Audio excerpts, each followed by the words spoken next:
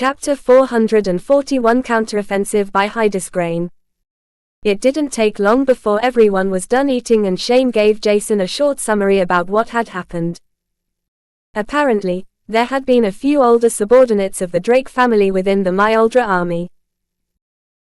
When Shane revealed his spatial affinity, darkness affinity, and soul bonds in order to rescue and support multiple Arioran members of the Shibia clan, his identity had been exposed. According to Shane's explanation, the Myoldra army had received a notification from a messenger crystal in which they probably obtained new orders. After that, the forces retreated. If their intel was not wrong, an alliance of multiple races had tried to attack the Drake family while the Myoldra army, consisting of 40,000 Myoldra and humans, had left the kingdom. This would explain everything. At the same time, it opened an opportunity for the Shiabi clan to initiate a counteroffensive. Jason had the same opinion about a counteroffensive, but rather than attacking the Myoldra race, he found it better to attack and eliminate the Ephrata race.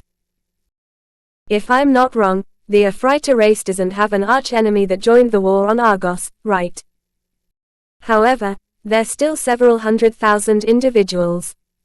A single, good-timed attack with all their might is more than enough to eradicate the entire Chandra country. And that includes if the Arior race acts as a pillar of support. Everyone nodded their head and it was obvious that Jason's explanation made sense. The Myoldra army with 40,000 soldiers was already enough to bring forth chaos. If the Ephrata race would have used their whole army of several thousand Ephrata and Ephri instead of a few thousand, the entire country would have been devastated by now.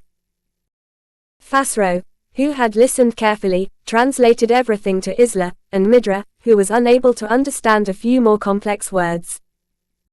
Midra understood what Jason wanted to do, but that didn't mean she felt that it was a good idea. Instead of bothering Fasro to translate everything, she started to speak to Jason in the universal language. Jason, your idea is not bad in its essence, but we are less than 4,000 Arior that have reached the low Prisma stage, with around 6 to 7 solidified prismarine crystals. We can't even estimate the Ephrata's strength, even less how many we might be up to fight against. Humans are under normal circumstances weaker than the Ephrata race, which means that a single, higher-ranked human would have to fight against an Ephrata. There are several 100,000 Ephrata and Ephri we have to face, and the Yazlorn caves are a place we have never been to. That means the Ephrata race has not only a numerical advantage but it also knows the landscape much better than we do. Jason understood what Midra wanted to say, and her words were certainly true. He pondered about her reasons and tried to find a solution to them as he answered in the universal language. What about the secret technique Fasro and the other Arior had been using against the Ephrata and Ephri before? Can't we use this technique with all Arior at the same time? It should be more than enough to finish off the strongest Ephrata. After that, only Lick stage Ephrata and Ephri should be left. I might as well be wrong, but shouldn't this be worth thinking about? Other than that, we might as well blow up the entire Yazlorn cave and force the Ephrata and Ephri who hide inside, to come out. In that case, we would gain an advantage. Shane and Dahlia looked at Jason as if he had gone insane because he revealed that he was able to speak in the universal language. However, instead of saying anything, they tried to regain their composure as the Shiabi clan patriarch couldn't help but ask Jason. You know how to speak in the universal language. Who taught you? He was curious about that because he had an extremely hard time learning the universal language. Meanwhile, Jason's pronunciations sounded smoother than his. Yet, instead of answering directly, Jason just said, "My masters gave me their blessed techniques and I used the given translations within the manuals to decipher what letter belongs to which word. After that, I've tried to learn how to speak it, and it didn't take long to figure it out. To put it simply, my masters taught me." It was not a complete lie, because Jason learned how to write and read the universal language because his masters gave him the 2 Terra-grade manuals he possessed. He learned how to speak and understand the universal language differently, but that was not important right now.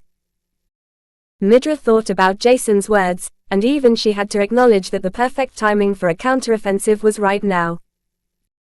Her doubts began to diminish when Jason said that they could detonate the entire Yazlorn cave, while the former point with the secret technique was unreliable. We can't use the secret technique because only a few Ariors are able to learn it. Otherwise, your first plan would have been a possibility. It would have forced every single Arior into a state of weakness for a short period, but this shouldn't have been a problem. In that sense, we can think about how we could create the most devastating attack on the Ephrata race without sustaining a single casualty. Jason's plan was plain and he didn't even think about it more intently before. He had just said everything in his mind without thinking about it. If everyone were to act like that, it was not unlikely to create one great plan. However, other than his ideas, the others seemed reluctant to say something. While his masters, the Ayuro siblings, and the Shiabi clan patriarch turned silent, pondering about all kinds of ways to make the most out of the current situation, the others hesitated to say something. That was most likely because they feared to say something that might sound perfect in the beginning, only to be completely wrong in the end. With a wrong plan, their entire army might as well be ambushed and annihilated.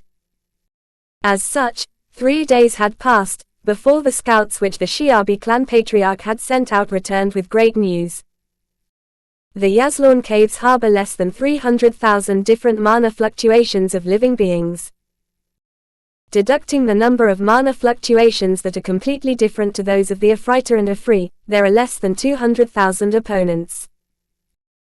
This was great to know, and everyone was happy that the several hundred thousand turned out to be 200,000 and not even close to the 500,000 plus, which was the number that everyone had expected. The news seemed to be reliable because the scout had even made a video of everything he had seen on the mana fluctuation radar he had received from the Arior race.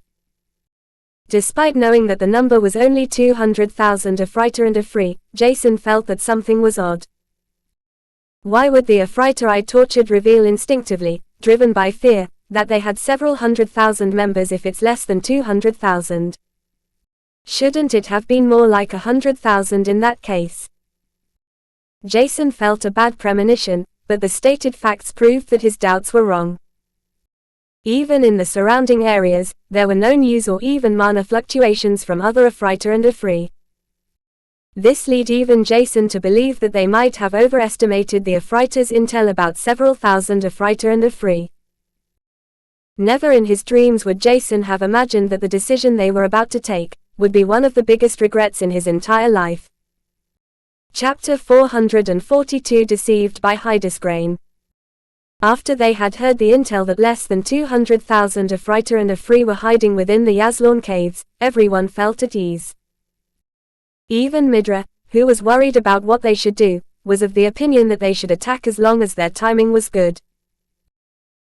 It was not as perfect as it would have been 3 days ago, but after they had figured out that the Yazlorn caves did only inhabit 200,000 Ephrata at most, it was much better than having perfect timing without any intel about the number of opponents. Thus, even Jason, who had a bad premonition deep within him, found that they should give it a try. He held from saying anything about attacking as he had done before, and his masters had noticed this.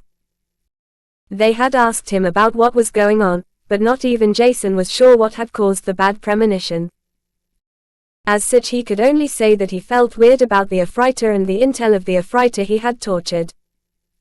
Nevertheless, after the scouts had returned with recorded information, not even Jason could say anything about it. Every single area in the surrounding was void of an Ephrata and Efri, and only the Yazlorn caves were filled with them. Shane and Dalir understood his worry to a certain extent, but there had yet to be a single clue that his bad premonition could be true. This told them that Jason was just too overcautious, and when he had said that he didn't want to participate in the attack everyone had carefully created to cope with the large number of Ephrata, the others were astonished. Jason was essential for their plan to succeed because he was able to use Solaris mana nullifying and life force absorption ability, and now, he didn't want to participate. He was frowned upon by the Arior, and the extra marks he received from them had decreased drastically because of his decision. Even Shane and Dahlia felt a little bit weird, and everyone was trying to convince him to attend the attack. There was only Emily, who didn't say anything because she could tell that Jason felt bad about not wanting to participate in the surprise attack. According to her understanding of Jason, there should be something wrong, but nobody except her seemed to notice or care about this. In the end, after several hours had passed, Jason reluctantly accepted their proposal. They said that they would just enter the Yazlorn Caves shortly and that he had to take care of the lowest lick stage of Freyta and Afri, nothing more or less. This was not problematic, and it was barely the end of the day when they had departed. The morning sun shone on the face of more than 100,000 soldiers at the lick stage that had mounted their mounts or flew through the sky as Jason did. However, there were still a few thousand Arior next to him in addition to humans at the Prisma stage. The number of solidified prismarine crystals they had inside their mana core was at 3 or below, and Jason could only hope that the Arior were able to take care of everyone stronger. He was not sure how late it was when they had arrived nearby the Yazlorn Caves.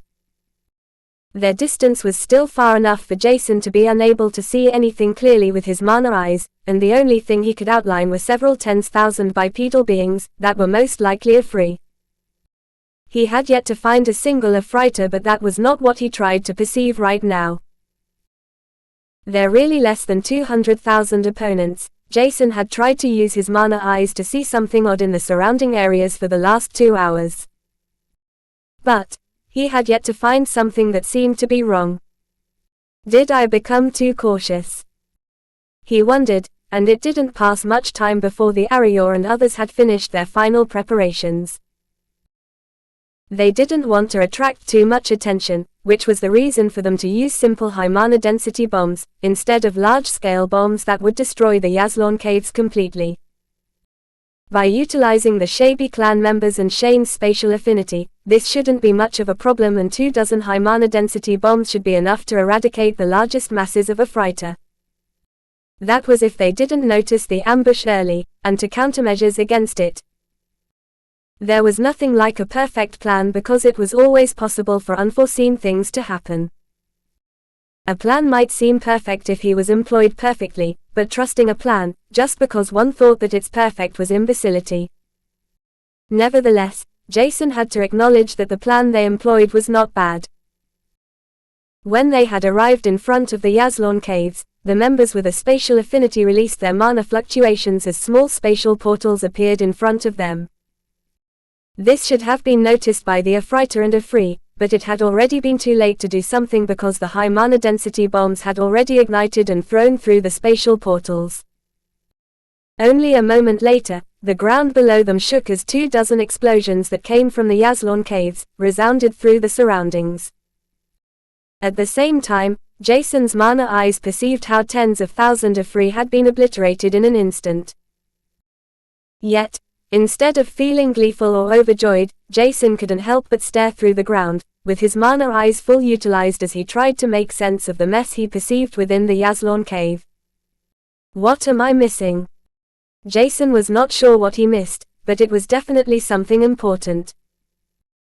Unfortunately, before he could even think about it, the first humans and Ariors at the Prisma stage had already jumped through the spatial portal. The others followed suit, and only a few hundred people remained in front of the Yazlorn Cave as it was Jason's turn. He looked at Shane, Dahlia, and Emily before he forced himself to smile lightly. I'll be back soon. After that, Jason had stepped through the spatial portal, and 3 more soldiers followed him closely. However, suddenly as the 4th soldier was about to step through the spatial portal, he noticed that there was some resistance. Exactly the same occurred with the other spatial portals that began to disperse out of a sudden. At that moment, shock spread through Shane's entire being as he mumbled. They sealed the Yazlorn Cave space. At that time, shock spread through everyone as Fasro, who stood next to Midra and the Shiabi clan patriarch, couldn't help but blurt out. Have we been deceived? This thought resounded through everyone's mind as Emily began to shiver. Jason is inside the Yazlorn cave. Only a few moments later, huge streams of mana and an astronomical heat could be perceived from the Yazlorn caves, and everyone who had already fought against the Ephrata and Ifri once knew exactly what was happening. The Ifri sacrificed the life force within them to overload the Creato flames. Every single moment that had passed, more and more streams of mana could be sensed and the heat increased further, shocking everyone. If even those above the surface felt the unbearable heat, how could anyone within the Yazlorn cave come out unscathed? At that moment, the earth shook once again, however, instead of light vibrations as it had been when the high mana density bombs exploded, it felt more like an earthquake now. This forced everyone to retreat as Shane, Dalir, and Emily's faces paled, recalling everything about Jason's bad premonition. What have we done, Jason? Please survive. Chapter 443 Wheel of Fate by Hydesgrain. The moment Jason emerged out of the spatial portal, he immediately sensed that something was wrong. His surrounding was void of a single Ephrata or Ifri because he and the others had emerged in the area where the high mana density bombs exploded. Nevertheless, when Jason entered the Yazlorn caves, he could tell that several hundred pairs of eyes stared at him. At the same time, it felt like a complex mix of emotions consistent with anger, sadness, and fear was mixed in the beings that stared at him. This caused goosebumps to cover his entire body as Jason's premonition intensified. Only a moment later, he heard an Ifri saying, "FCK, he really did come." Turning around, Jason saw the several hundred Ifri that stared at him. Ignoring everyone else, his mana eyes perceived that something within their soul had been ignited. Is that the soul contract they've with the Ephrata? Is it activating itself? He wondered, only to notice that not a single Ephrata had been seen in the Yazlorn cave. Looking around the Yazlorn cave in a hurry, Jason figured out what had bothered him before. There was not a single Ephrata whether alive or dead, and every single out of the remaining 100,000 plus opponents were Ifri. Jason's bad premonition seemed to burn within him and it was not difficult for him to predict what was about to happen. However, before he was able to do anything, Jason heard several Ifri crying out in a weird noise, attracting the attention of every single Ifri that was present in the Yazlorn cave. Through his mana eyes, Jason noticed that every single Ifri was rushing towards the cavern hall he was inside. Because of that, he wanted to leave the Yazlorn cave as soon as possible. Unfortunately, the moment he turned around, Jason noticed that the spatial portals were despairing. "Fuck," he mumbled as he grit his teeth. Others might not know what exactly the Ifri were about to do, but for Jason, it was not difficult to decipher that the Ephrata had deceived them, without much difficulty at that. Will they sacrifice almost 200,000 Ifri, only to kill a few humans and Arior? He wondered, only to recall what one of the Ifri had said. He really did come, does that mean, they just want to get rid of me? Jason was not sure whether he put himself too highly in the Ephrata's regards, or if his assumption was on point. Yet, when he looked around, trying to find a path to escape, Jason perceived that the surrounding Ivris were staring at him. Not only that, but they had begun to charge at him with fear glimmering in their eyes. Their Creato flame was fully unleashed and Jason had to take Solaris into his mana core in order to envelop himself with a thick layer of black flames. Those flames deflected most fire elemental-based attacks and he was able to calm down a little bit. Unfortunately, this short moment of calmness was interrupted, when he saw how everyone next to him had been killed without being able to retaliate. There were even 2 men at the peak lick stage that had been killed and Jason couldn't help but gulp nervously. However, instead of backing off, he unleashed Solaris' entire strength, without caring for the high mana consumption as both his and Solaris' stigma had been activated. They glowed up and Solaris merged with Jason. Black flames sprouted out of Jason's back and he summoned Byakur as he slashed out at the first Ifri that had emerged in front of him. The former humans didn't even summon their soul bonds, which was weird, but Jason couldn't care less about this as he utilized every little trace of strength within him to kill his opponents. There was still more than 100,000 Ifri left, and Jason was not sure if he could survive the ongoing onslaught of Peak Lick, let alone low Prisma stage Ifri. Fortunately, the first few Ifri were killed within seconds, which gave him the opportunity to take a deep breath. However, at that moment, fear filled his gold and silverish eyes as the black flames enveloping him began to flicker violently. They're really bound to sacrifice themselves to kill me. The fight between him and the higher-ranked Ifri had yet to start when the first few Ifri at the low Lick stage began to sacrifice their and the Askron's life force within them to nurture the Creato flame. It would overclock within seconds and explode, killing everyone in the surrounding area. However, that was not the worst Jason was perceiving. The worst was that every single Ifri was slowly beginning to sacrifice their life, and everything seemed to be because of him. At their last moment, they stared at Jason, whose eyes were filled with desperation and fear. What else should he feel, while being inside a cave that was filled with more than 100,000 Ifri that sacrificed their own life, only to kill him? His mana eyes perceived a huge stream of mana and heat gathering within the Ivris, and Jason knew that he was about to panic. He felt death approaching him and couldn't find a way to escape the torment energies that were about to be unleashed through the Ifri's suicidal explosion. Fortunately, Solaris and his other soulbonds were able to calm him down in a few moments, as he could already see how Solaris had enveloped every single Ifri in his surroundings. It did this to absorb their mana and life force, trying to strengthen itself as fast as possible in order to survive the next minute by all means. At that moment Jason realized that he had yet to die. He was still alive and not dead. Why should he give up already? Only after he had given his all, Jason would allow himself to become desperate. As such, with that in mind, he made use of the few seconds time he had until the first Ivris were about to explode in order to devour as many creator flames and drops of compressed life force as possible.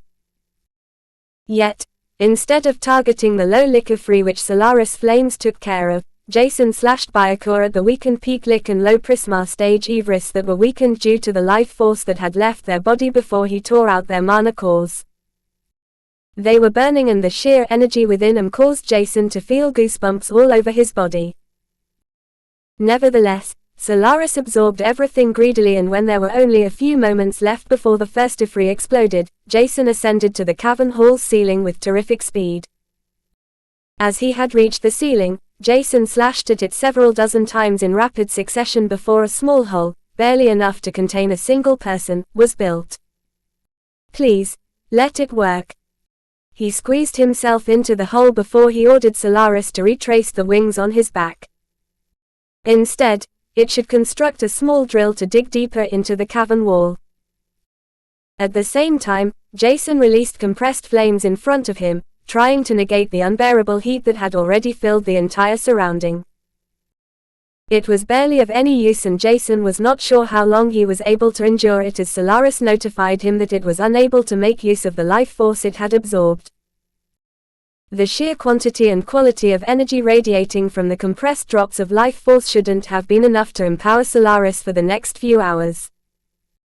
This notification was extremely bad, and Jason was not sure how he would survive the explosions that were about to occur at any moment. As such, he used his last resort and lifted the curse on his nullified soul world amplification, unleashing its full capabilities of 40%. This increased his strength and mana core size by the amount of 27 drops of liquefied mana within an instant. It was not much, no less, to survive the torment energies wreaking havoc within with Cavern Hall, but it was better than nothing. Jason's entire being shocked as the first explosions resounded through the Cavern Hall. They didn't reach him yet, but the sheer number of explosions that followed suit shocked the whole cave, and it didn't take much more for it to collapse. If Jason were, to be honest, it would be the best if the cave would collapse. The falling stones and other objects could block the majority of the torment energies. Unfortunately, this didn't happen, and Jason's mana eyes perceived how the horrifying energies permeated the whole cave, obliterating everything in its way. When Jason saw how every living being was being killed, without being able to retaliate, he knew that he was the next one to die. Not even Solaris flames were strong enough to even weaken the torment energy within the explosions, and Jason's eyes widened in fear. Is that how I die? However, instead of giving up on his life, Jason released his aura as a Celestia in addition to his stigma to their fullest, not holding back a single trace. His mana core was almost dried of mana in an instant, and Jason was not sure if that was enough to survive when something inside his soul world changed. Scorpio, who had felt the most useless among Jason's soul bonds, began to transform out of a sudden. It sensed that its time had finally come, the first time it might be useful for its master that had raised and trained him with all his love and capabilities. There had never been a time Scorpio didn't want to be with Jason, and the time they had spent together was always filled with excitement and fun. Yet, the moment Scorpio sensed Jason's perilous situation, that he was about to die any moment if nothing were to change, filled Scorpio with fear and desperation. At that moment he revealed these emotions. Scorpio was able to feel everything about the soul world and Jason's entire being. The Celestia aura enveloped Scorpio, and his stigma began to burn in a dazzling glow. It was as if a voice asked him whether he would sacrifice his own life to save Jason or not. This voice was an illusion and not real. It was solely Scorpio's mind that played him a trick, as it felt like a huge amount of information filling its mind. Scorpio was not sure what was going on, except for the fact that he was able to change Jason's fate, to protect him from the oncoming dangers. At that moment, Scorpio's solidified soul conjunction with Jason ignited, and it seemed to burn when Scorpio forced its way through Jason's entire being in order to do two particular things. First, Scorpio forced Solaris to leave Jason's mana core. And at exactly the same moment he forced Solaris to transfer every little trace of life force and energy it had absorbed to him. Jason could barely perceive what happened. When he noticed it, Jason was about to stop Scorpio's reckless behavior, as the large body of Scorpio had already emerged in front of Jason. At the same time, the explosions had reached him, burning through everything. Scorpio's entire being was shining in a bright golden light that felt like Jason's Celestia aura. His exoskeleton had changed from its sapphire color to that of a golden silverish colored exoskeleton. The erupting Creato flames were not solely targeting Jason, but there was one fact he, Scorpio, and his other soul bonds were aware of. Without Scorpio, all of them would have already died. He had sealed the hole Jason and Solaris had created, taking on the entire impact of 100,000 exploding a freeze at once. At that moment, Jason and the others felt horrific pain coming forth from Scorpio, and they were about to share his pain as something unexpected happened. Scorpio severed the soul conjunction with Jason the moment Solaris had transferred the last trace of energy it had absorbed to him. In the end, Scorpio was fully aware of what was about to happen to him after he left the soul world. He was about to die, in order to protect those that raised, loved, and protected him. Chapter 444 Loss by Hydesgrain.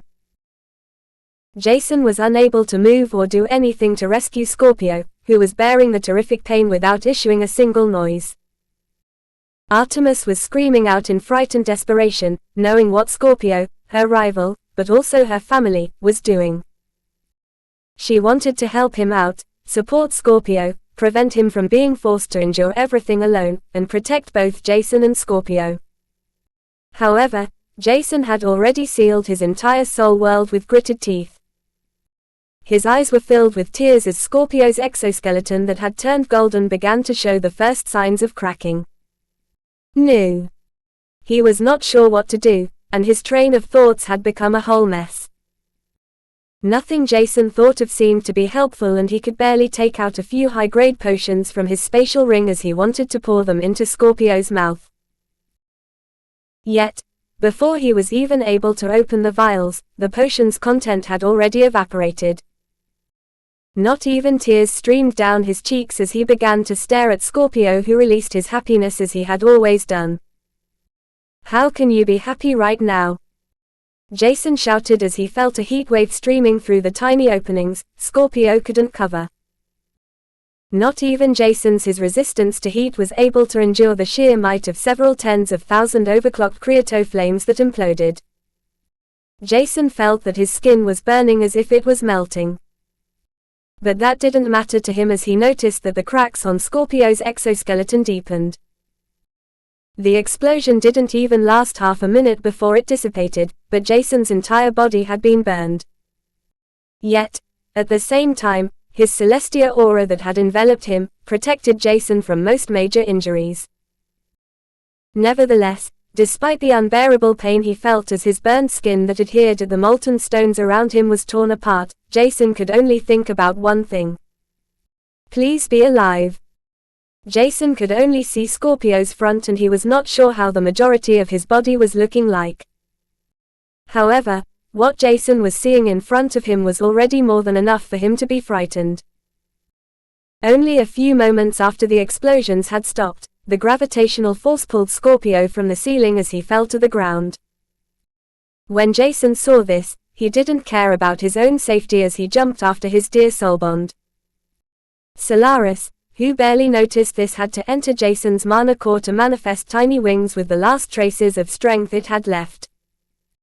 The wings barely slowed down Jason's speed, but he was still faster than Scorpio as he grasped his pincer. With a loud scream, Jason utilized every last trace of mana, his celestial aura, and the stigma as the wings out of Black's wings enlarged to a wingspan of several dozen meters for a short moment. This decelerated their falling speed and they landed gently on the ground before Solaris' wings disappeared. Artemis was still screaming in fright and the Soul World seal had subconsciously been lifted as she had already emerged next to Jason and Scorpio.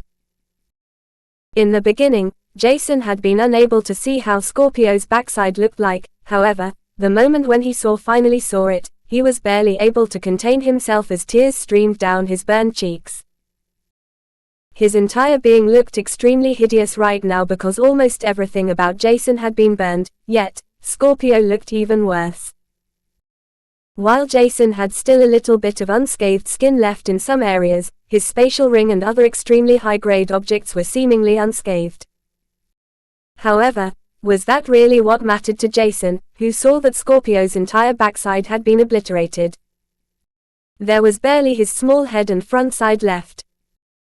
His legs began to shiver and Jason could barely take a step towards Scorpio as he touched his little soulbond's head that was already limp. He caressed him gently and said under tears, "Why did you do that? My little Scorpio, we would have survived, somehow. You shouldn't have sacrificed yourself like that. Why?" Jason was unable to accept Scorpio's death and Artemis, who had never lost anyone close to her, was the same. She tried to lift Scorpio's limp head, trying to support him to stand up, to regain his vigor, but everything Artemis tried was for naught. Time passed slowly and Artemis was slowly starting to digest what had happened when she looked at Jason, who was still caressing Scorpio.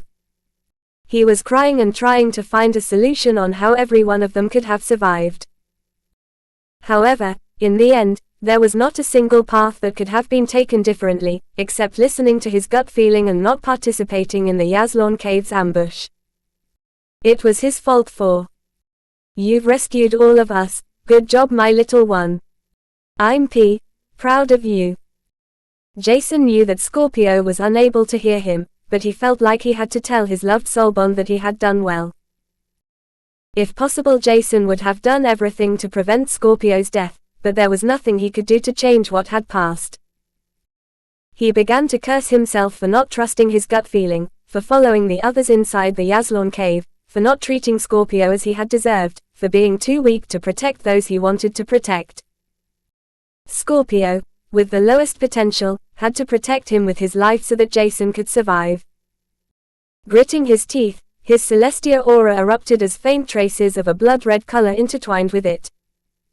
Yet, before anything else happened, Jason stood up without lifting his gaze from Scorpio as he heard the reminiscence of Scorpio's last thoughts lingering in his head.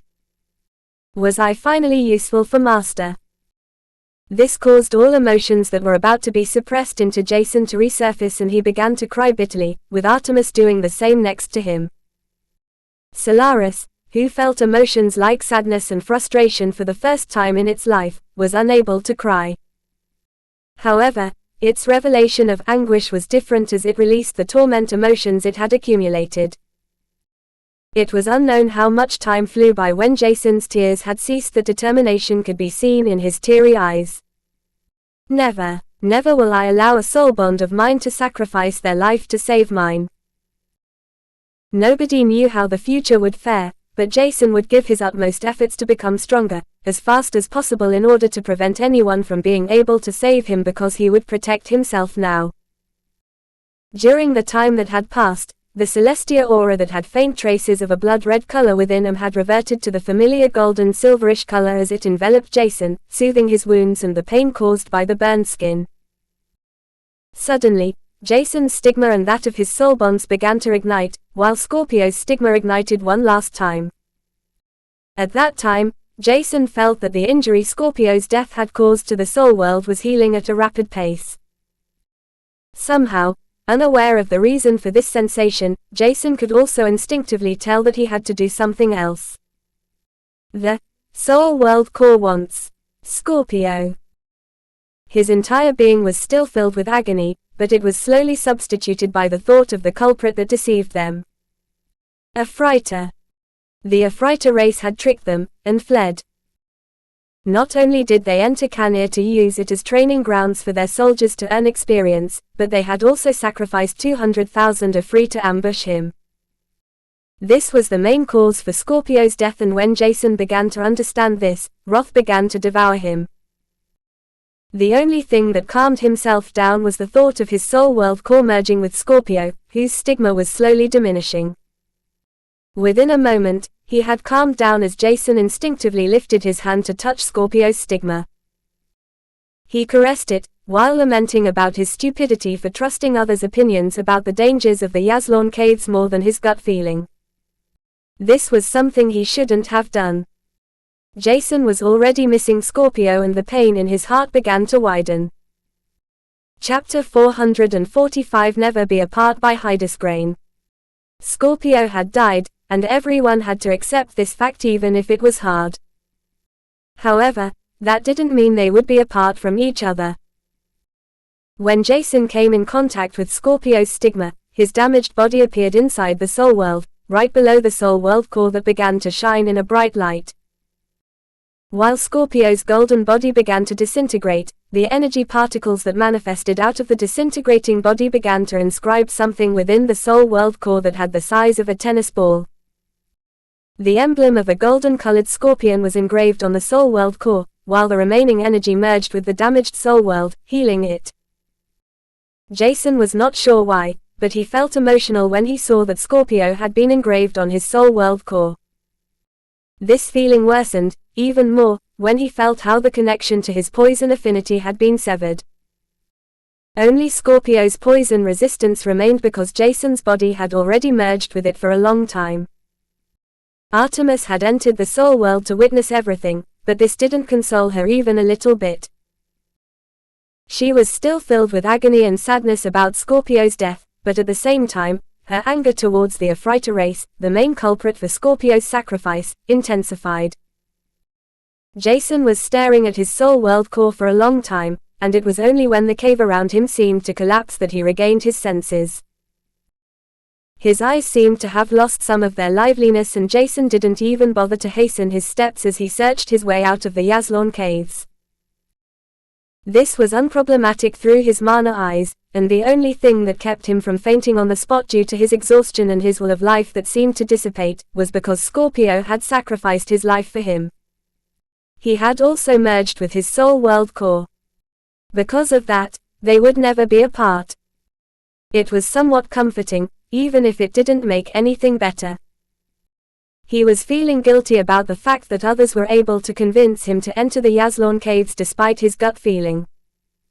At the same time, he wanted to eradicate the Ephrata race more and more, with each second that passed. If this whole war is only a training camp for you, let me return the favor in the future. I will show you what true horror is. Jason knew that he was still far away from taking revenge, but the remaining Ephrata that was still on Argos was a good means to start. There was also the descendant of the blood sect he had yet to find, but even to defeat such an insignificant clan, he was too weak. I'll take revenge for both of you. Mom. Scorpio.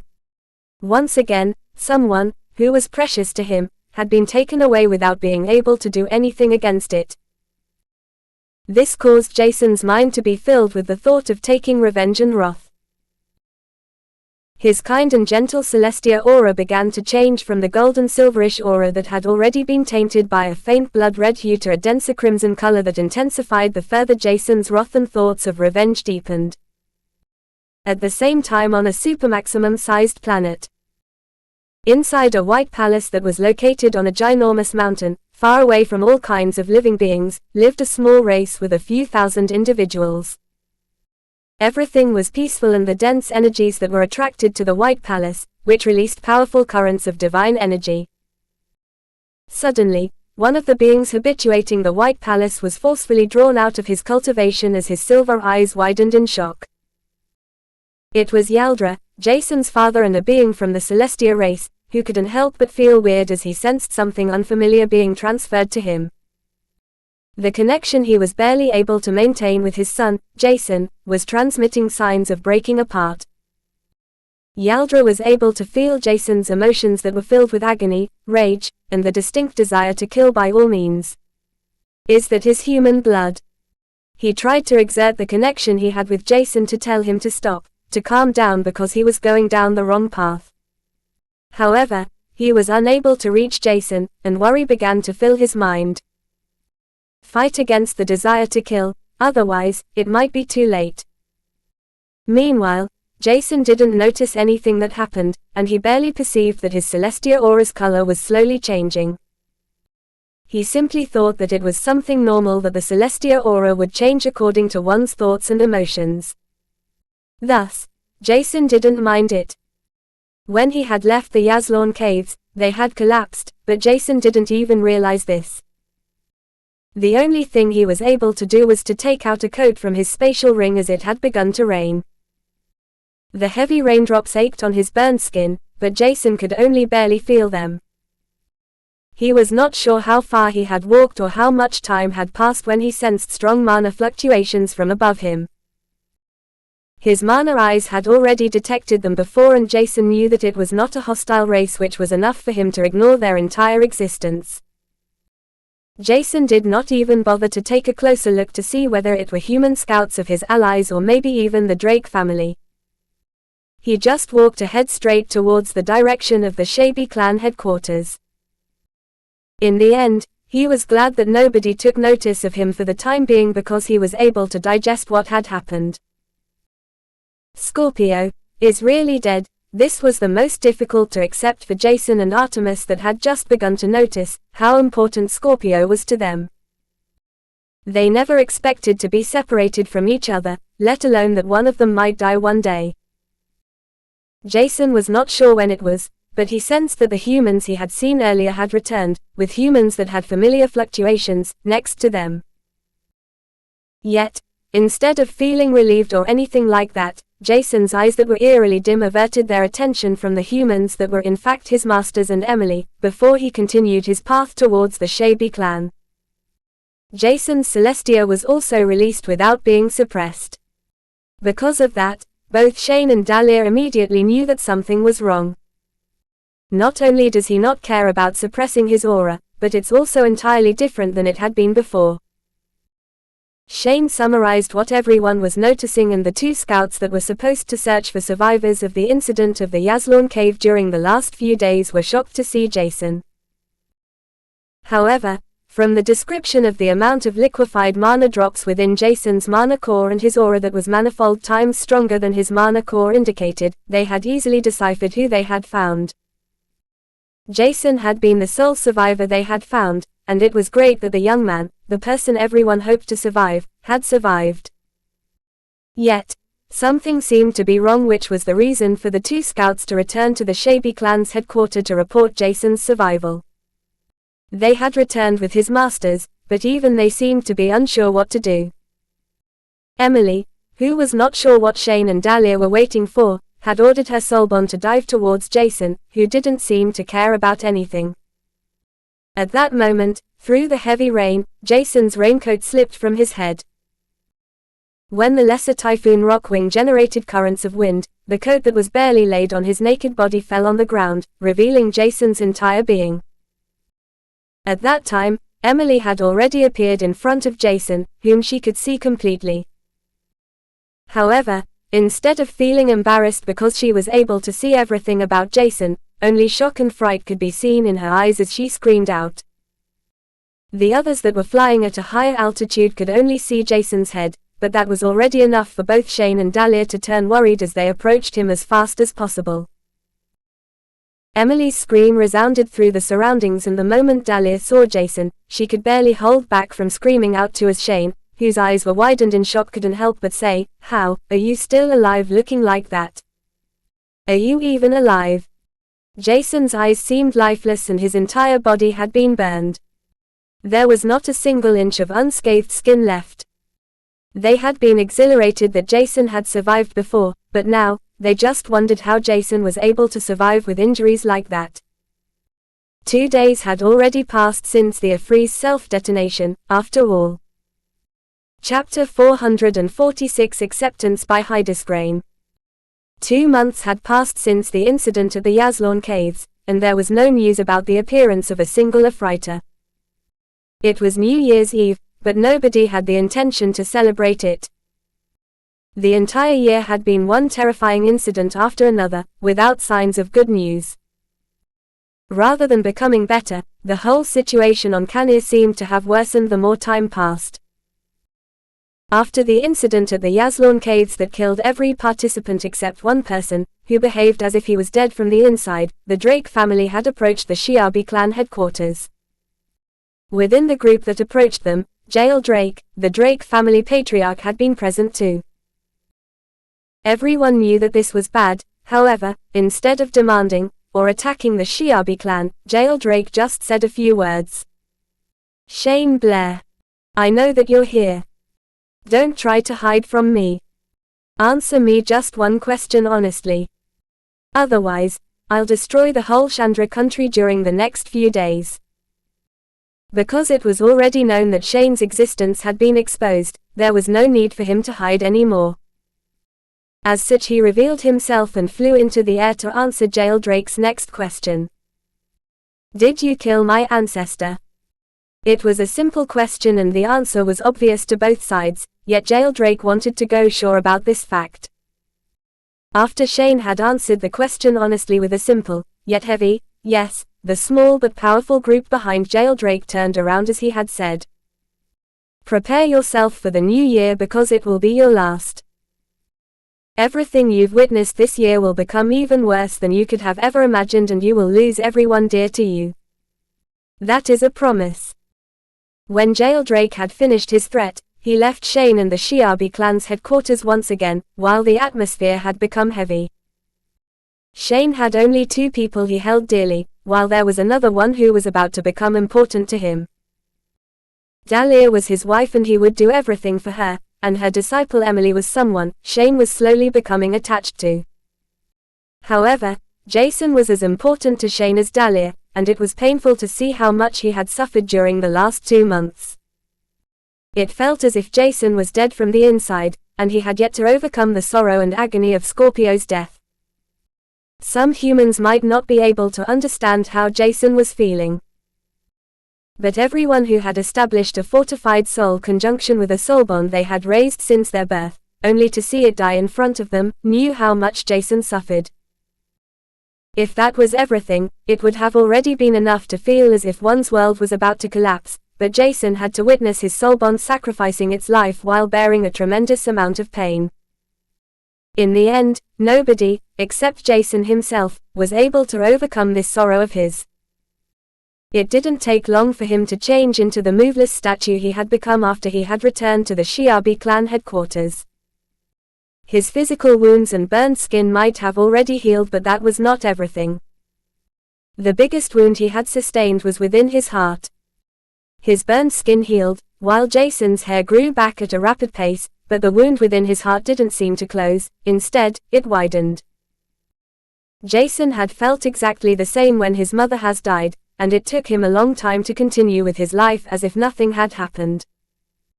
Iska and his other friends tried to console him, but they were not sure what to say.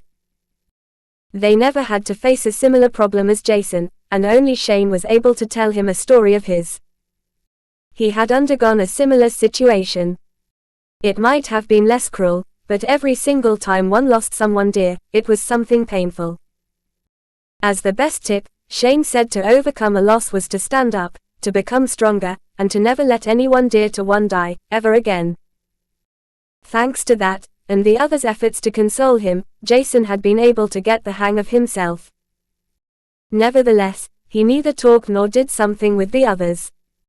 Rather than that, his only thoughts were focused on becoming stronger, and Artemis, who was forced to go through the same pain as Jason, was doing the exactly same. By using up huge bulks of mana stones and nutrition solutions Jason could purchase from the Shiabi clan, he had been able to become much stronger.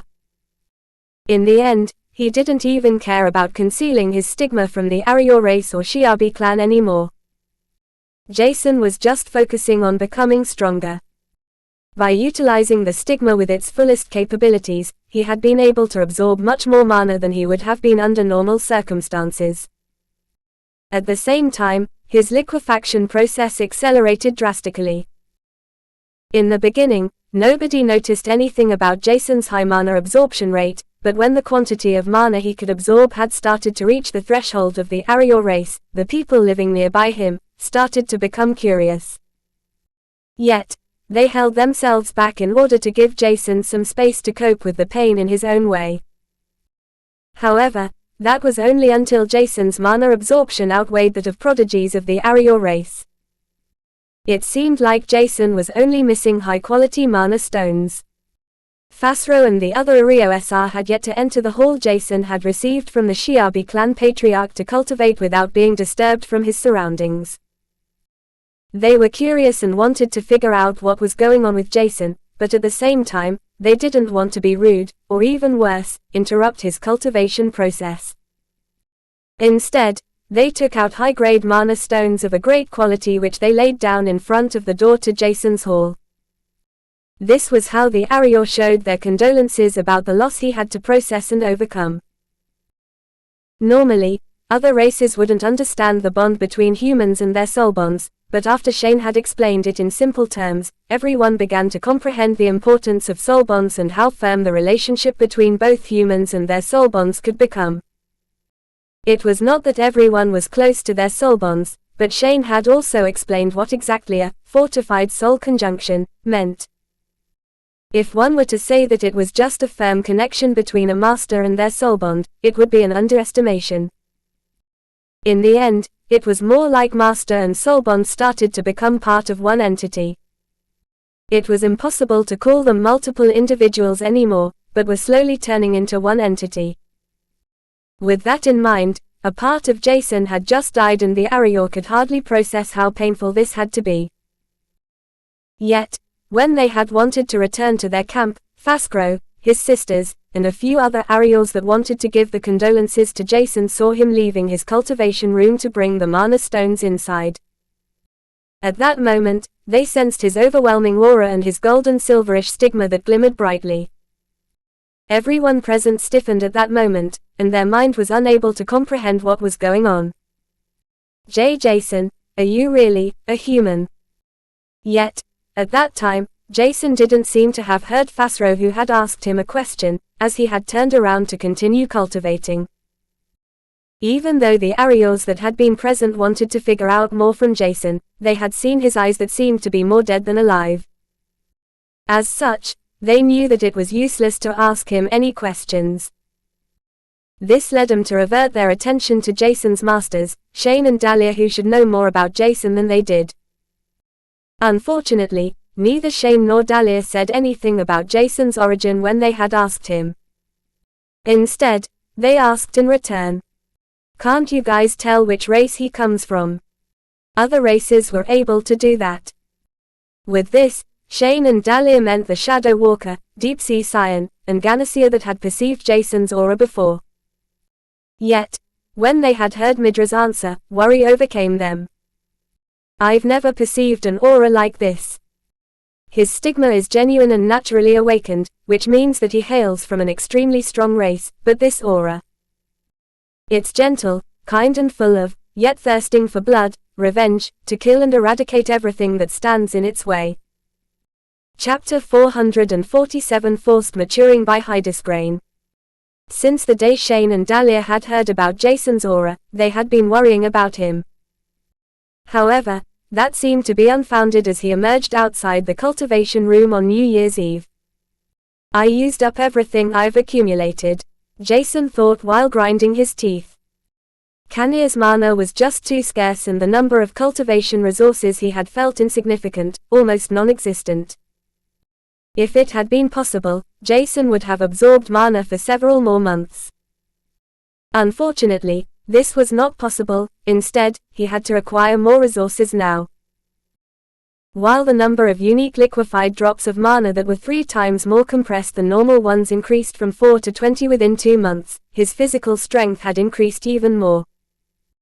Meanwhile, Artemis was starting to digest low lick stage mana cores which helped her to liquefy her 70th drop of mana. Solaris didn't advance further, and Petri was still evolving within his soul world. Jason's soul energy had also increased to around 290,000 soul energy units, but that was not something he paid much attention to right now. He didn't have to practice the Heaven's Hell technique anymore and his soul energy would passively increase as long as he didn't allow Solaris to devour it. The moment Jason emerged from the cultivation room, he inquired about the news of the Ephrata race, only to find out that not a single piece of information was known. This caused him to clench his fist. Jason was about to procure more cultivation resources when he heard about the incident with the Drake family patriarch. He figured out that nothing had happened since then, but Jason was still worried about his masters.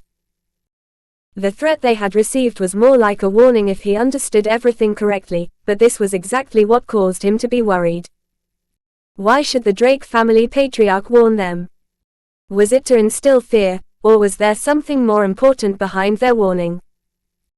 He was not sure about this and the only thing Jason was able to feel was that his will to live began to resurface.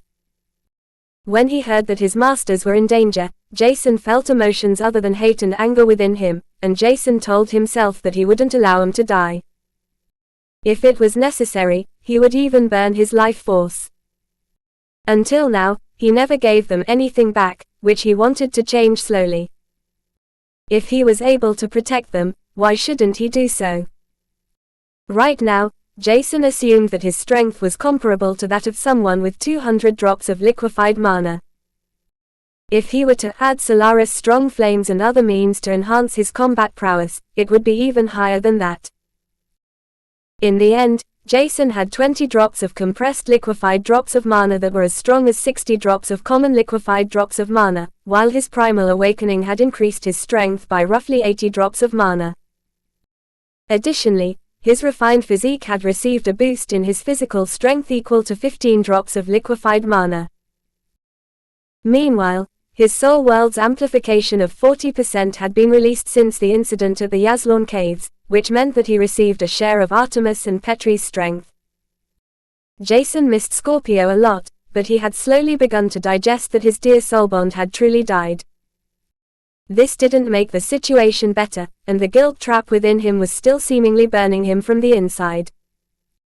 The severed fortified soul conjunction had also been devoured by his soul world and the only remains of Scorpio were that he had been engraved within his soul world core.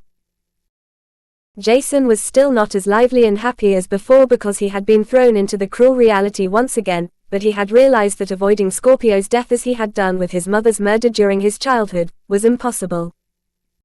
It was only when he met his masters that Jason could take a deep breath again. Yet, the moment Dahlia, who didn't care about anything, hugged him, the whole confidence about his acceptance of Scorpio's death had been washed away again.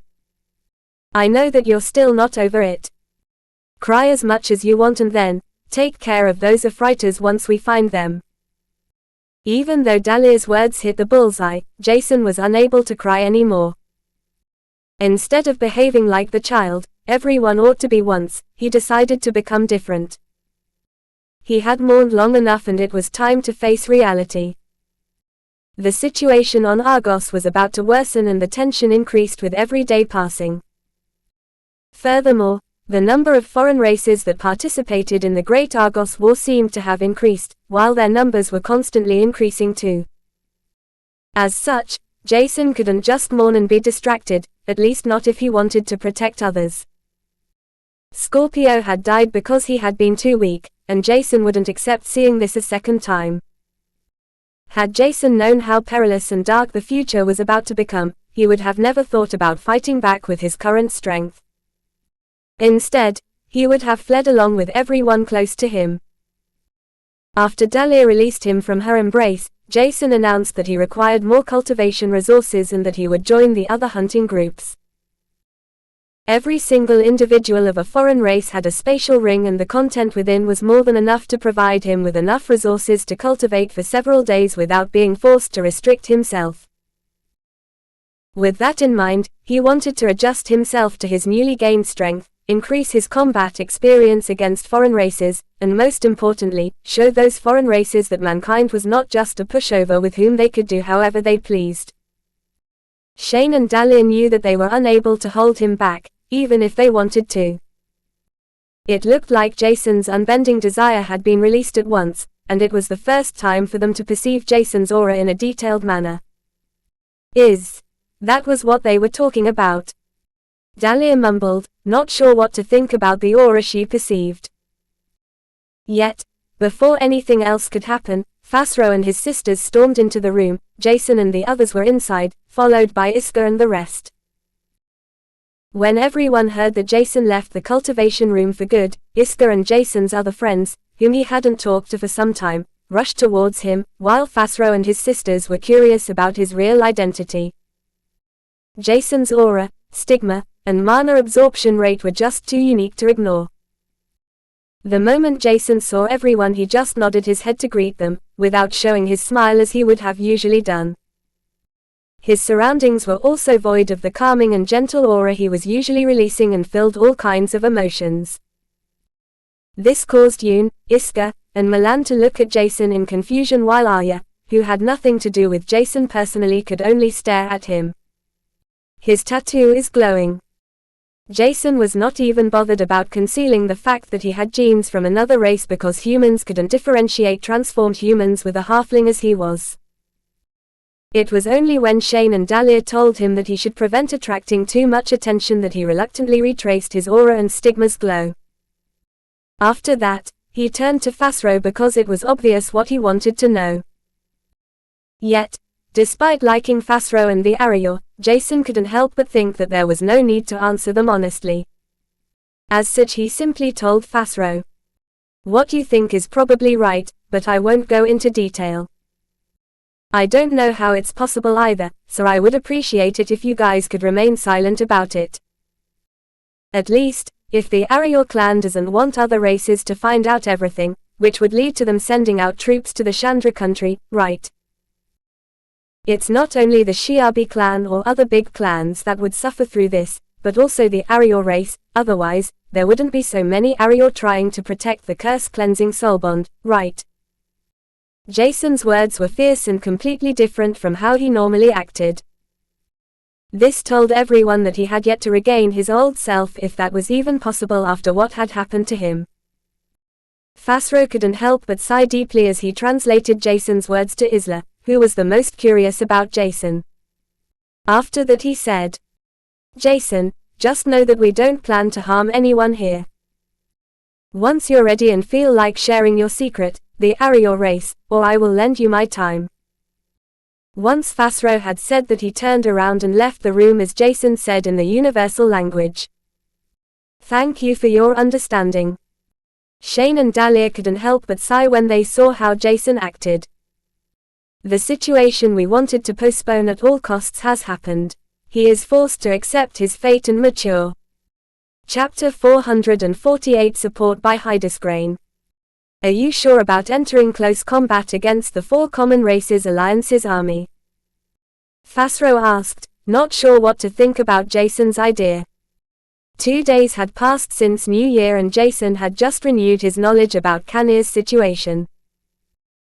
Right now there were several small alliances that caused huge problems. However, the biggest problem was that the Drake family colluded with the Myoldra race and another race. They had formed a small alliance with the Barance race that was another higher race, with their combat specialty being their ice and water affinity. Yet, instead of acting passively, Jason wanted to attack the four-race alliance of the Doomcrawl, Thudra, Ganassia, and Milda race. He seemed to be confident to fight against the Doomcrawls while saying that the Arior should pay attention to the other races. Jason only said so because the four races were currently conquering the adjacent areas to the Chandra country. As such, they had to help the other big families, and even foreign races, if they were to receive benefits from that. It was also that the Arior race was unable to fight against the Doomcrawls, but from the provided information, the Doomcrawls were not too many. Nevertheless, Jason didn't trust a single piece of information anymore. He had learned the cruel truth about false or not throughout investigated information and didn't want to have a second incident similar to that in the Yazlon caves. We have gathered 5 big clans and it would be disadvantageous if we were to hide from every single opponent. Instead, we should try to help each other by defeating the worst opponents first. There are other races that won't be able to win against the alliances, let alone against the Drake family that colludes with the Myoldra and Bahrain race.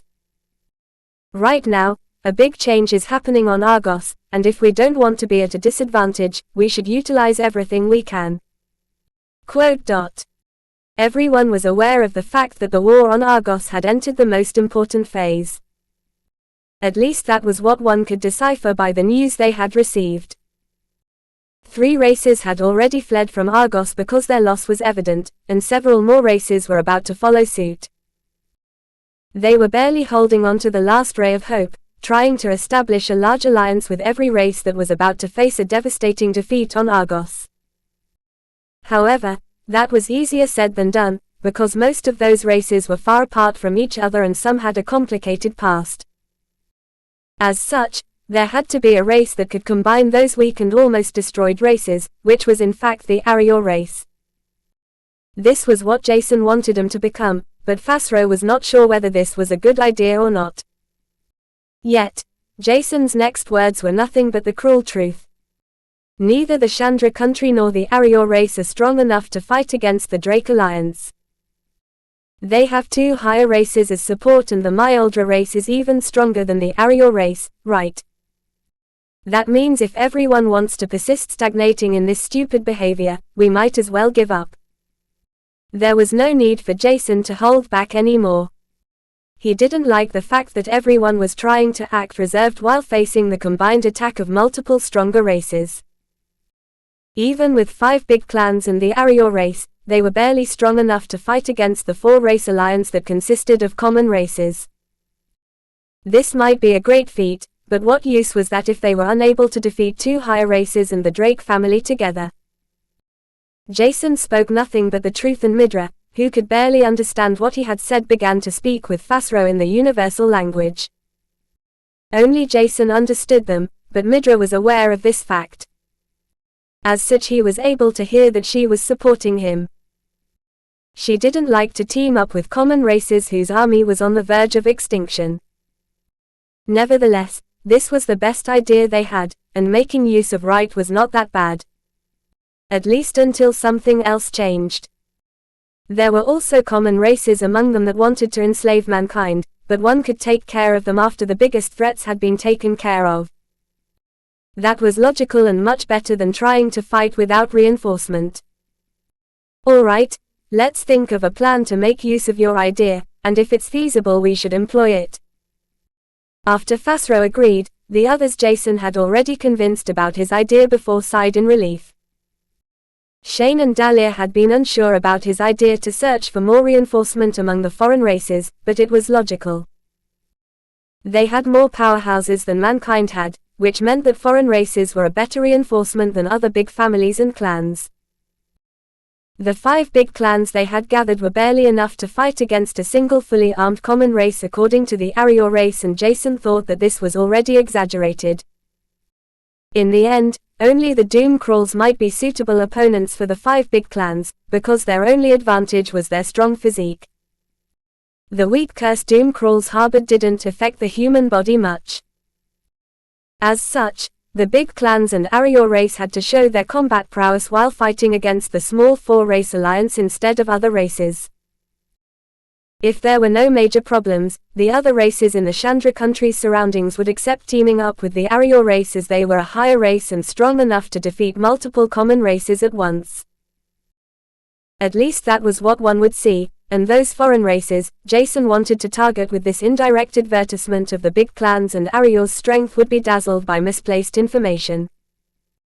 Jason didn't care what would happen to those races, but he needed them to help everyone else to survive. Only one day had passed and the plan was already fully set up when the news of the small 4-race alliance attacking another race and big family reached the Chandra country. The Shabi clan and Arior had already been fully prepared, and by utilizing the fastest soul bonds and the Shabi clan's spatial affinities, a large part of their employed army was able to leave the Chandra country and arrive in front of the battlefield less than 2 hours later. Jason was among this part, and the first thing he did upon arrival was to supply his mana eyes with more mana than usual. He wanted to see everything in his surroundings without missing a single piece of information. This had already happened to him once, and it ended devastatingly. As such, he was more careful about certain things than he had been before. Artemis wings were manifested on his back, and the soul amplification he received from Artemis, who was currently within his mana core, was 100%. With that in mind, Jason knew that he was able to fight against every opponent at the low lick stage. That was if they didn't have more than 300 liquefied drops of mana within their mana core. He wouldn't hold back anymore, which had become much easier than it was initially. Since Fasro and the other Arior had been asking about his background, he had acquired more knowledge about himself too. Apparently, his Celestia aura was not the same as it had been before. Something intertwined within it made it impossible for others to detect that he was a halfling with Celestia blood. Only his stigma revealed that he hailed from an extremely strong race. Midra had told him that a genuine stigma one would receive during the primal bloodline awakening was rare, even more so among grand races. Most grand races would receive their first stigma during their second bloodline awakening, thus Jason's situation was slightly unique. Fuck it. I'll just hold back a little bit with my stigma, and go all out with the rest. He told himself as he manifested Solaris black flames around his head, with a compressed layer above his stigma, preventing anyone from seeing him. His heart was filled with hatred, and the desire to unleash his agony and wrath, which he had suppressed during the last few months, was unleashed at once. Chapter 449 Black Destructive Beam by Hydesgrain. Jason and the rest of the army were behind the small 4-race alliance, and they had only been noticed when it was already too late. There was no need for Jason to conceal his mana core until because they had reached the last rows of the Doom Crawls, which was the race he and the other big clans were supposed to target. It was only when Byakur appeared in Jason's hand that the first Doom Crawl noticed an ominous feeling enveloping it. Barely a second later, Jason had already pierced through the first Doom Crawl's chest. Twisting Byakur within its chest, he split a part of Solaris from his body as he ordered it to absorb the Doom Crawl's life force. At the same time, Shane flapped with his wings in order to soar a few meters into the air as he held out his EMTPY hand. He moved his fingers and it looked like he was holding an invisible ball as he manifested an unmoving compressed flame. Only a moment later, the compressed flame's temperature intensified as Jason threw it towards the most crowded area. Jason had compressed the black flame to such a high degree that it would inflate normally. However, in order to prevent this from happening, he enveloped it in a faint mana membrane that was about to burn out at any moment. The moment the compressed ball of fire burned the membrane holding it together, it exploded, devastating the areas in a 5-meter radius around it.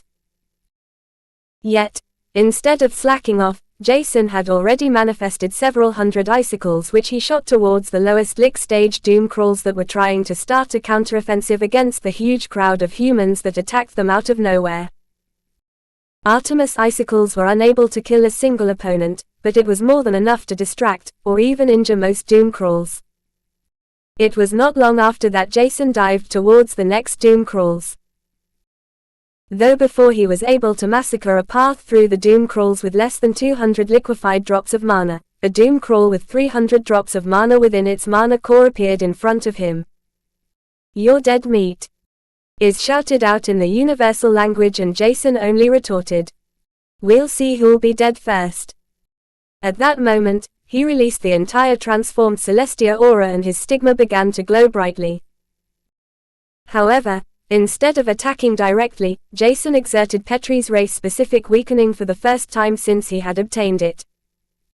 Only a moment later, the Doomcrawl's hideous expression worsened as its pace decreased drastically. Physical strength weakening. Jason thought with a faint smile on his face as he exerted the weightless steps technique which increased his speed by 60%. After the Doomcrawl's physical strength had been weakened, Jason was not only at an advantage with his affinities, but his physical strength was not weaker anymore. As such, he could use his high combat experience and affinities to his heart's content. Less than 2 minutes later, the confident Doomcrawl with 300 drops of liquefied mana within its mana core had already died. Those who witnessed this were scared to face Jason, while the stronger Doomcrawls tried to advance towards him in order to take care of the biggest issue. He was a dangerous opponent, others might take lightly because of the low number of liquefied drops of mana within his mana core. This was dangerous and could be compared to tricking one's mind, which was the reason for the stronger Doomcrawls to focus on him.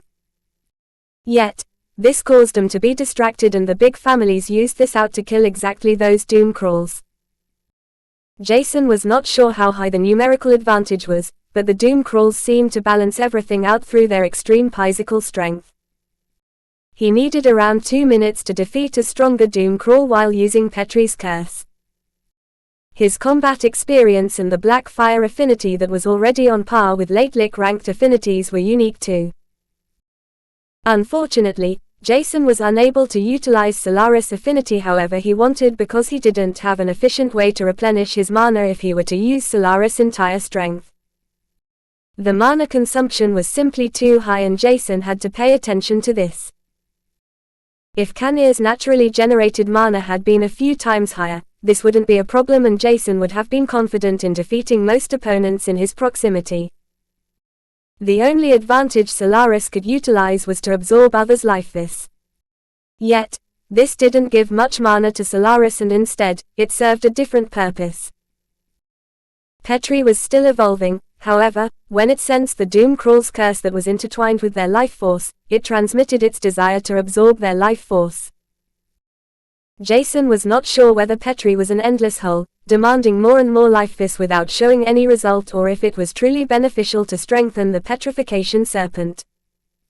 Fortunately, it was not problematic to test it out. Solaris had to absorb some of the dead Doomcrawl's life force in order to draw out a minuscule amount of mana from it, either way. As such, it might as well drain them completely. The other big clans that fought nearby facing Doomcrawls had more problems against those that were equally strong than they were. Fortunately enough, the big clans were at a numerical advantage, which allowed them to fight against their opponents head-on. There was nobody who was much stronger than another as several huge explosions resounded through the surrounding area.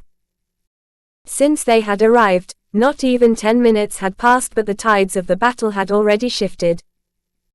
This was mainly thanks to the Arior race that utilized their Quicksilver affinity to overwhelm the basic races.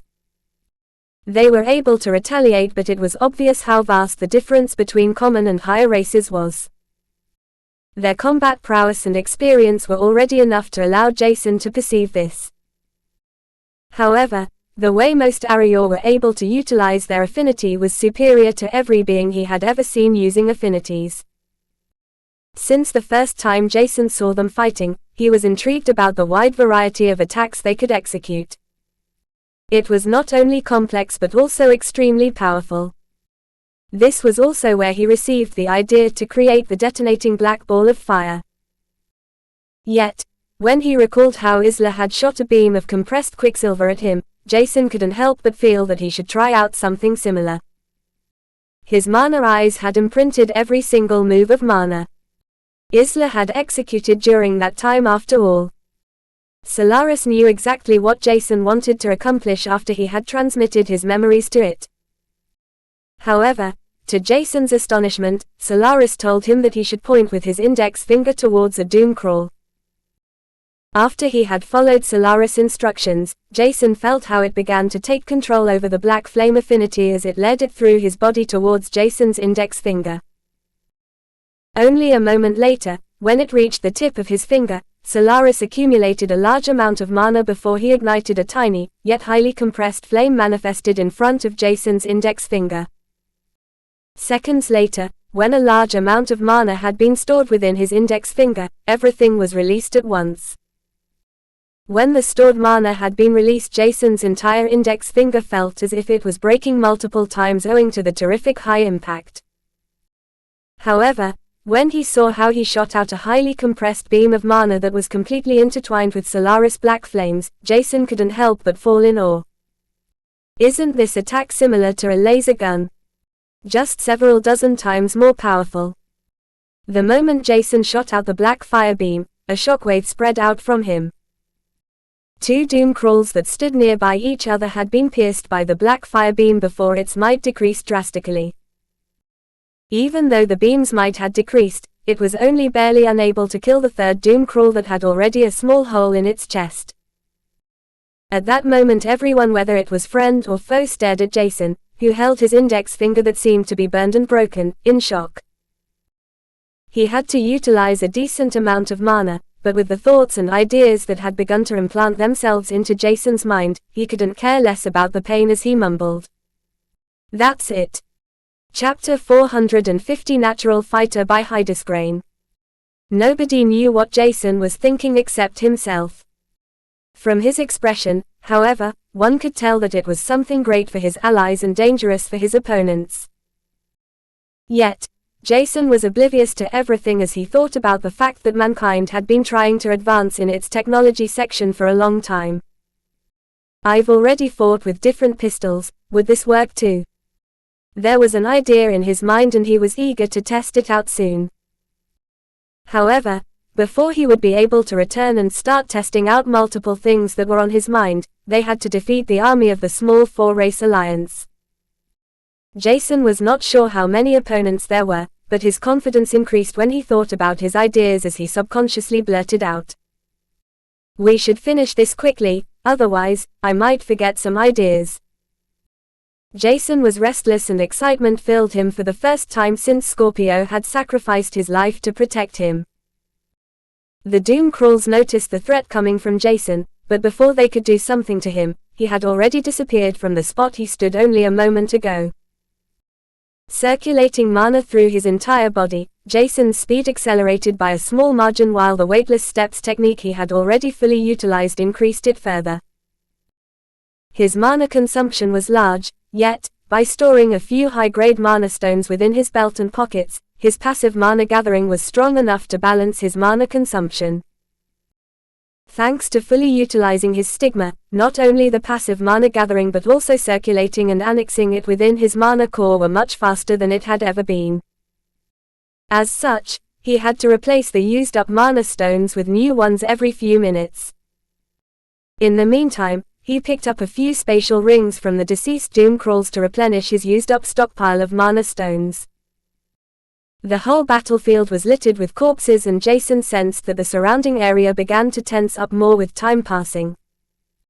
Everyone perceived death lurking around them, which was also the turning point of most battles. Who would be able to overcome the pressure weighing on them to defeat their opponents that were thirsting for blood? The more time passed, the more intense this pressure would become, and real war veterans or natural calm fighters would show the true worth. Most individuals from foreign races that had yet to reach the Prisma stage were neither war veterans nor natural fighters, which allowed the more experienced, yet weaker humans to gain the upper hand. It was only a small advantage, but the whole battle changed from a standstill towards the big family's favor, while the Arior race had already been more experienced than the majority of the four-race alliance army since the beginning. Yet, Jacen was different from that. While being pressured, his combat prowess seemed to increase when his speed, which was already faster than most Doomcrawls he fought, accelerated further. If they were to notice that Jacen was still adjusting himself to the Celestia bloodline and the full capabilities his stigma and the Celestia aura brought forth, everyone would be even more astonished than they already were. Right now, everyone was just thinking that Jacen was a great natural fighter, who was able to utilize others' tension to his advantage while adjusting to the given situations as well as possible. In the end, Jacen couldn't help but feel that he was not as weak as he had imagined. Trying to adjust to his Celestia bloodline was not everything he had to do, because there were also his enhanced mana eyes, Petri's two curses, and Byakhor, whose limit Jacen had yet to figure out. Fighting for several hours against a different race than the Ephrata, Jacen learned many new things. At the same time, Artemis tried to help him as well as possible from the inside of his mana core which she occupied. Controlling the wings on Jacen's back, she was able to adjust them perfectly to his advantage. Their fortified soul conjunction had already been deepened for a long time, but Jacen never had the opportunity to really fight with Artemis in his mana core. At least not for a long time, and when he fought against other beasts with Artemis, it was more like he overwhelmed them with his strength. It was never a dangerous fight in which he was not stronger, ending in a head-on encounter or a fight in which he had to be fully concentrated on his opponent's movements. As Jacen tested out everything possible during his fight, he also tried to adjust the black flame beams in order to turn them into highly compressed laser guns that didn't require too much mana. It was not easy, but thanks to Solaris, who knew more about its flames than anyone else, Jacen was able to continue his tests. He wouldn't have been able to shoot out short lasers that were similar to bullets. Their trajectory didn't change for several hundred meters, and by adjusting everything to his preferences, Jacen was able to figure out the required mana to create black fire bullets according to his opponent's quantity of liquefied drops of mana and defensive measures. It was more like a long-range tool, and Jacen's finger broke one after another due to the impact, but he didn't even feel the pain as his excitement overwhelmed every other sensation within his body. This was a bad sign, and even Jacen was aware of this. However, he was unable to take control over this excitement that spread through his entire body. Who the hell needs a bow or crossbow to fight long range if one can have Solaris extreme compressed black fire bullets? The only disadvantage was that their impact broke his fingers and that the time required to load enough mana for one shot after another was too long. Yet, instead of being discouraged by this, Jacen made one last test before he would divert his attention back to the opponents he was fighting.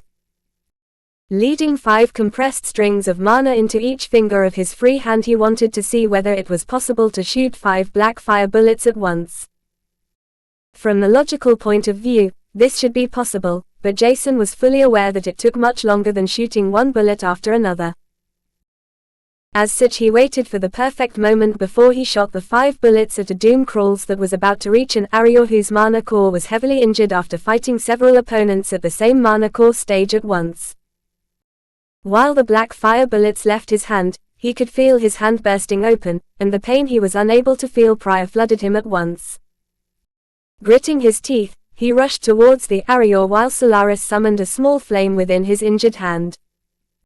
At the same time, Artemis enveloped the outside of his hand with a thick layer of ice to prevent worse from happening. Jacen could only smile weirdly, thinking that his soul bonds had become overprotective since Scorpio had died. However, he couldn't be angry at him. Instead, Jacen thanked both Artemis and Solaris for their support. However, this didn't mean that he could slack off. The 5 black fire bullets that had pierced a large hole into the Doomcrawl with more than 400 drops of liquefied mana in his mana core didn't die. He was only injured, not even severely at that. Nevertheless, Jacen's mana eyes perceived something else which he hadn't noticed before. The black fire bullets were mainly created out of Solaris black flames with the ability to nullify mana and absorb life force that were intertwined in the bullets he had created. This means that the bullets that were a part of Solaris being astonishing enough, they began to burn the Doomcrawl, whose body they couldn't pierce through, from the inside. Jason thought that this was great to know and even better for the plan he wanted to implement in the future. Nevertheless, he couldn't slack off and had already emerged next to the Doomcrawl that had been forced to retreat several steps due to the impact of 5 black fire bullets. At the same time, the Doomcrawl's strength began to decrease by a minuscule degree every few seconds. Only then did Jason notice that Solaris Flame was able to kill everything as long as it was able to enter their body. The Black Origin Flame's only requirement was to be at a higher stage than the being it wanted to burn.